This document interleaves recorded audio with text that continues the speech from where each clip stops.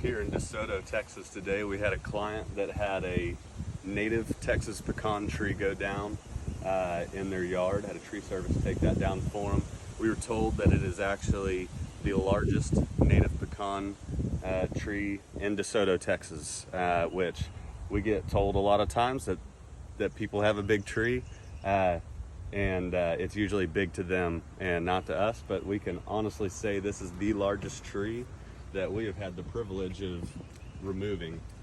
So we're about 43 inches at the base, and even at almost 20 foot up, we're still 36 inches. And all the way at the top here, with the branches, I mean, you're talking 4 foot, 48 inches to there, and then you throw that on top of it, you're gonna be closer to 6 foot all the way across that. Our goal is going to be, 80 inches. Our goal is going to be turning this into live edge furniture, so stick with us. There's about a 50-50 shot we're actually able to pick this up with a track loader, but stick with us to see the full process of this record-sized tree being turned into furniture. Crikey, she's a beaut. That's a big wood. Come see this one at the shop. Crikey, I mean, crikey. So this is where we thought we were going to pick up this humongous log with a little Kubota skid steer. It's about a 75 horse, and that is Jake right there looking like a goofball, realizing this is not going to happen. So then we decided, since we had brought a knife to a gunfight, we were going to go ahead and upgrade to a telehandler and see if we could get this log out of there. And this log was about 60 to 80 feet tall, probably taller than that. It had already been topped out by the time we had gotten to it, and so we went ahead and got our lifting straps to be able to see if we could pick it up with that. And you'll see here pretty quick, I believe, we screwed up again and probably made our straps a little too long there. Not for the first time. We've done that many times. So we're going to jump up there and we're going to start adjusting it a little bit so we don't have to try and lift this thing into outer space to be able to lift it off the ground. So as you can see, our friend Dustin here is operating the telehandler. He's going to pick that thing up and we're going to back out of this yard. We threw a piece of plywood down on the grass so as not to rut up the yard too bad. The tree felling company was nice enough to drop some logs underneath the main log for us so that we had a chance to get it out of there. They did not have a big enough chainsaw to make it all the way through the log at a few spots, and so we had to go through and cut it free in a few areas, but we're going to start moving these towards trailer. And what you'll find is that we've got a very overloaded trailer by the time, I think we got 4 sections out of this log. They finally had to fell it because it was ailing and leaning towards that house. And so obviously a log that size following towards a house would be catastrophic failure.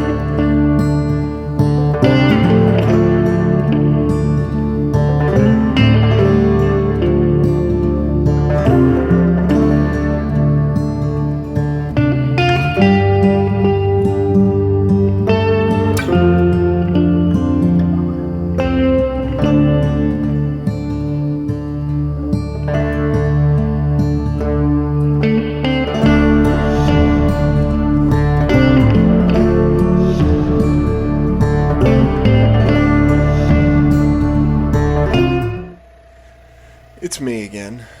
So what we decided to do was go ahead and drop the logs on those 4x4s to help us get a better pick on it, rather than just using the straps exclusively, because it was going to get a little tricky when that thing started swinging. up on the trailer. It's a high risk enough game as it is. I mean, these logs are probably 5,200, 5,500 pounds each. If I were to guess based on what it did to the skid steer, and I think this telehandler maxes out at about 5,500 pounds. So we thought we were going with overkill, and it handled it pretty good. But you can see one of the tires is low on the telehandler, and it actually compressed that tire all the way down to the ground. So now we're kind of working out this this section. This is a shot from the other side. You can see how the tree felling company blocked those up so we'd be able to get underneath them. That just saved us in tearing up the yard, although when we removed those logs underneath there, you could see just the impact from the tree. I think the neighbor said it shook his house when that tree finally fell. Just to give you an idea of how heavy that tree was. This section actually wasn't all the way disconnected because the chainsaw that the fellers were using was not long enough. Fortunately, we have a longer bar on our chainsaw. I want to say we've got one that's 36 inches long, and then we've got another one, and that was not according to plan, by the way. So plan B, again, we rolled it under. We rolled some 4x under it. It broke that 4x whenever it fell. But we've got a chainsaw blade that is 36 inches, and then we've got another one that's about 60 inches long.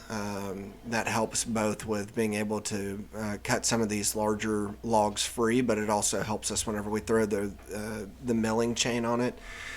We can go ahead and we can, I think, between our guides on that Alaskan chainsaw, and we'll show it in one of the videos here coming up, but it's actually something that Jake rigged up. That's kind of his department as the resident MacGyver. So, but we get like 54, 56 inches between the guides on that thing. So that's, pretty well handles most of what we come into contact with. So we put the 4x4s on the trailer so that when we drop these logs on, we would obviously be able to get them off, because we've tried to roll these with pry bars and with cant hooks and everything else, and as you can imagine, they don't really budge very easily. So whenever we can help it, we like to work smarter, not harder. We'd like to be able to walk into our 40s, so we came up with the idea of putting these 4x4s over the trailer deck so that we could get the forks back under these once we got them back to the yard. So we're going to try and fit all 4 logs on this trailer deck. This trailer was actually made in a pasture somewhere. A guy that owned it previously had welded up pretty much the entire thing. And I mean, you could set a bulldozer on that thing. It's a solid trailer. It's been good to us. We really use it as a farm trailer. But the trailer wasn't so much the challenge on this particular set of logs. You can see that's me, Drew, over there in the black shirt. I look pretty nervous right there because of what's happening to my truck right now.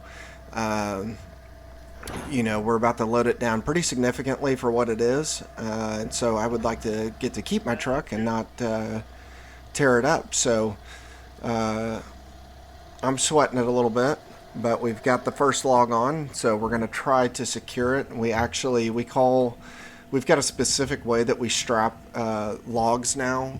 We worked with a hay farmer, actually, named Mike Wilson. So we call this the Mike Wilson technique. But we actually throw the strap around the log underneath it, and then we'll throw it back over the top. So obviously you're going to need longer straps whenever you're doing something like this. I think we're using like 3,200, 3,300 pound straps.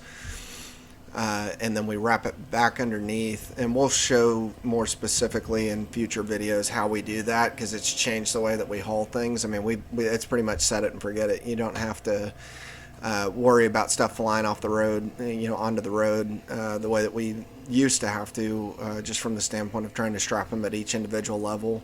That can be pretty sketchy, especially with some of these logs, and you'll see some of them trying to roll even when they're just sitting on the deck there.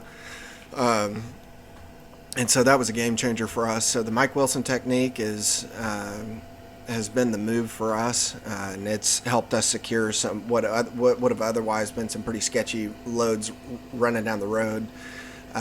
You Mike Wilson those, and they don't go anywhere. So here comes the next section, and we're gonna try and get that one up next to the other one over the axles. And you'll see, I mean, we were trying to work a plan here and keep most of our weight over the axles, but the reality was, even with I think it's an 18-foot deck, even with that, we covered every square inch of it. So there's not a whole lot of way around that. So we had a lot of onlookers. You can see we're in a neighborhood. It's over in DeSoto, Texas. It's kind of a older subdivision. This tree, I think the lady that owns the place has been there for 54 years, and she said this tree was big whenever she moved there. So there's no telling how old this thing is. It's going to make some phenomenal slabs, which obviously is why it was worth it for us to go to the trouble of, you can see right there the Mike Wilson on that strap. You see how that strap has gone around underneath and is pulling up and against, so you're getting pull to the right and the left, but also straight down onto the trailer deck. But yeah, that was just seeing this log, seeing it in person, and we've got, we're probably a little bit partial to pecan anyway. Just because of the color variations in it, and just natural character and beauty. We've done some pecan tables in the past, and they've turned out really, really great. So a lot of times we're finishing those, with Odie's oil. We've done some with Rubio Monocoat. Those are really our two favorites, just because they highlight the natural features of the wood. So here you can see we got that little kickstand on there, and there's a couple on this guy. This one was, I think, 3 sections up, maybe 4, and I mean, it was a funky log. We've got a couple of burl pieces that are growing off of this thing that we ended up using. Jake actually just recently turned one of them into pipes. Ton of character out of those, ton of figuring, ton of compression grain, and it's really creates kind of a one of a kind look. So here we are, pretty carefully considering how we're going to make this happen, how we're going to set this log on, because obviously one of the worst things that could happen in this situation is that we just set it down however we think we can, and have an issue on the back end of that thing rolling off to the far side, because you can't just leave those things. And we didn't want to get it wedged under the trailer to where we were going to have to drag something across the pavement. So we like to keep the homeowners happy, and in this particular situation we're blocking the driveway, so trying to get this done expeditiously, but also building the expectation in on the front end that any time you get into something like this, it's you're kind of off the reservation, and so there's always new challenges that arise, and so that's what we were trying to overcome.